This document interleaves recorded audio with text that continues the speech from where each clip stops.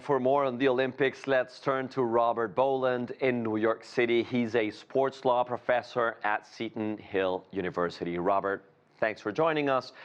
Robert, a few weeks ago, we were discussing whether Italy would be ready for these games. Now they started and events are underway, right? Do you think fans will leave Italy satisfied? Yeah, I think Italy will do a magnificent job, and certainly the opening ceremonies and the first day of events certainly look tremendously exciting for the host nation, showing that they're going to have a great deal of success. Obviously, there are protests, and even as somebody who's a veteran Olympic watcher like me, those protests are actually fairly balanced. They're taking advantage of the amount of attention that the Olympics garner to make points, but no one has really claimed that the games are a bad thing. So I have to smile that they're kind of muted protests, certainly concerned about the disruption of train schedules and other visitors getting there. But yeah, they look to be off to a great start. Italy certainly, in terms of hospitality and tourism, can always deliver. Yeah, well, you're bringing in this age-old point that Italy is probably one of the best backdrops in the world for events like these, right?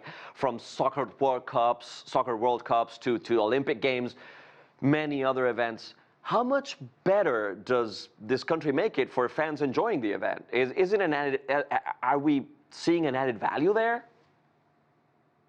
I don't know if we see a definitive added value, but I certainly think that there's a tradition of hospitality in Italy that is particularly strong.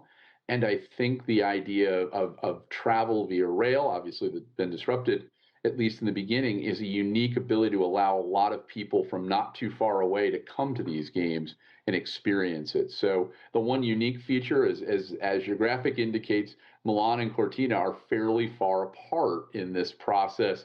So this is really, when you think about it, two games kind of operating in combined venues, not necessarily, or in combined region, not necessarily one set of games, but a set of games A and a set of games B, if you will. Interesting. You're bringing up this point of exactly a set of games A and a set B of games, and at the same time we have many new events. We have a lot of new faces. Everything seems to be new, and it's quite difficult to follow. Which are the sticking points, or the events, or the faces that draw your attention?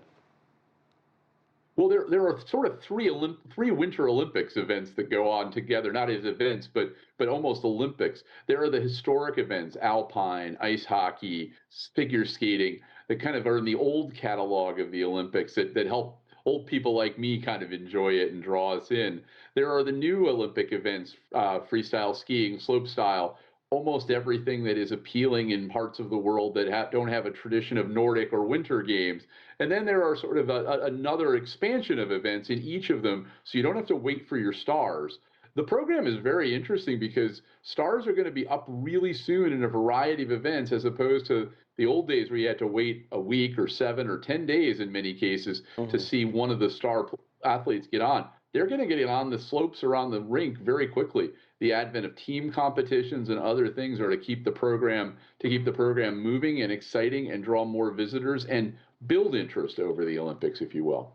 And Robert, I want to leverage your legal experience. There have been many controversies, and one is, how should the IOC handle copyright clashes, for example, in figure skating, when artistic expression bumps up against rigid intellectual property law?